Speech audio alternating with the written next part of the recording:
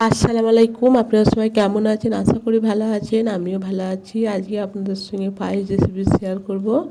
আমি কিভাবে পায়েসটা বানাই আজকে আমি মাটির উনুনে রান্না করব, সেটাই শেয়ার করছি।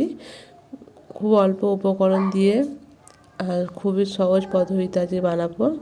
তার জন্য দেখুন, এখানে আমি পায়েসের চাল নিয়েছি আর কাজু কিশমিশ নিয়েছি। যতটা আমি করব সেরকম চালটা নিয়েছি। এখানে কাজু আর কিশমিশটাকে আমি পানিতে ভিজিয়ে রেখে দেব কিছুক্ষণ, 15 থেকে 20 মিনিটের মতন। আগে ধুয়ে নিতে হবে, ধুয়ে নেওয়ার পরে এটা ভিজিয়ে রেখে দেবো যাতে নরম হয়ে যায়। আর এখানে দেখুন পায়েসের চালটা অর্ধেক আছে। সরাসরি উনুনে চলে আসছি। দেখুন, উনুনে আগে থেকে আমি দুধটা কড়াই বসিয়ে দিয়েছি। এখানে হাফ লিটারের মতন দুধ হবে, গাঢ় আছে।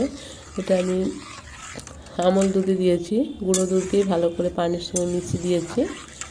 এটা ফুটে যাওয়া পর্যন্ত অপেক্ষা করব। আর এখানে চালটাকে আমি ধুবো, বেশি ধুবো না, একবার ধুয়ে রেখে দেবো। বেশি ধুলে গিয়ে হয় চালের যে একটা সেন্ট থাকে সেটা চলে যায়, কিন্তু ওই জন্য নর্মাল পানিতে আমি একবারে একটু ভালো করে ধুয়ে নিচ্ছি। অনেকবার ধুলে কিন্তু পায়েসের চালের গন্ধটাই চলে যায়, আর সেটাই কিন্তু খুব সুন্দর লাগে যখন পায়েস রান্না হয়। সেই গন্ধটাই চারদিকে ছড়ায়, ভালো লাগে খেতে। এখানে আমি সাদা তেল দিয়ে আর তেজপাতা দিয়ে মাখিয়ে রেখে দেবো। আপনারা এখানে ঘি দিতে পারেন, আমার কাছে ঘিটা নেই, যেটা আমি সাদা তেলটা দিয়ে মাখিয়ে কিছুক্ষণ রেখে দিচ্ছি, 5 মিনিটের মতন। বিছিয়ে একটু দিচ্ছি যাতে তাড়াতাড়ি ভালো করে। এখানে দেখুন দুধটা ফুটে গেছে, ভালো করে জাল দিয়ে নিচ্ছি। পুরো ভিডিওটা স্কিপ না করে দেখবেন, আশা করি ভালো লাগবে। যদি কোনো অংশ ভালো লেগে থাকে অবশ্যই পাশে থাকবেন, একটা লাইক দিয়ে ভিডিওটা দেখবেন। এখানে দেখুন দুধটা ভালো করে জাল দেওয়ার পরে এখানে আমি কিছুটা দুধ তুলে রাখছি, আর এই দুধটাতে আমি রান্না করে নেব। যেহেতু দুধটা ফুটে গেছে, এবার আমি পায়েসের চালটা দিয়ে দিচ্ছি। এটা গোবিন্দভোগ চাল আছে, দিয়ে ভালো করে অনবরত নাড়াচাড়া করতে থাকবো। আর এখানে যে আগে থেকে দুধটা আমি তুলে রেখেছিলাম সেটাই আমি আবারও দুধ দিয়ে দিচ্ছি। এই চামচের 2 চামচ দুধ দিয়ে দেবো, যাতে দুধটা আরও একটু গাঢ় হয়ে থাকে। এটা আমি পরে ব্যবহার করব, এখন ব্যবহার করব না। আমি এটা একটু অন্যভাবেই করতেছি। এখানে 2টো এলাচ ফেটিয়ে দিয়েছি। এইভাবে নাড়াচাড়া করতে করতে চালটাকে সেদ্ধ করে নিতে হবে, যাতে তাড়াতাড়ি রান্না হয়ে যায়। পায়েসটা বেশিক্ষণ রান্না করতে সময় লাগে না, 15 থেকে 20 মিনিটের মধ্যেই পায়েসটা কিন্তু তৈরি হয়ে যাবে।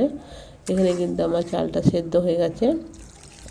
এবার এখানে আগে থেকে দুধটা যে আমি রেখেছিলাম ঠান্ডা হয়ে গেছে, সেটা আমি দিয়ে দিচ্ছি। দিয়ে আবারও কিছুক্ষণ নাড়াচাড়া করে রান্না করে নেব। আপনারা চাইলে বেশি ভেঙে ফেলতে পারেন, আমি কিন্তু গোটা গোটাই থাকবে। এখানে আমি চিনি দিয়ে দিচ্ছি, চিনিটা পরিমাণ মতো দিচ্ছি, আর লবণ স্বাদ অনুসারে দিয়ে ভালো করে আবারও চিনিটা মিশিয়ে নিতে হবে।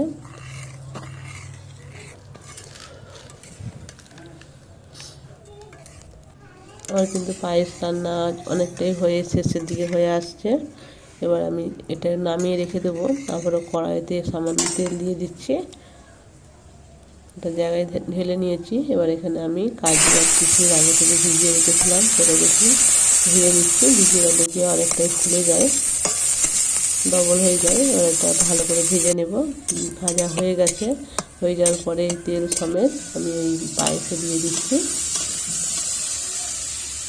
দেখুন কত সহজেই তৈরি হয়ে গেল।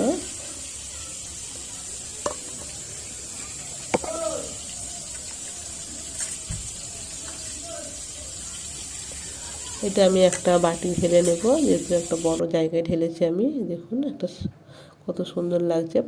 অনেক সময় পায়েসের চাল কি হয়, ঘেটে যায়, অনেকে পছন্দ করে সেরকম, কিন্তু এরকম খেলে বেশি ভালো লাগে।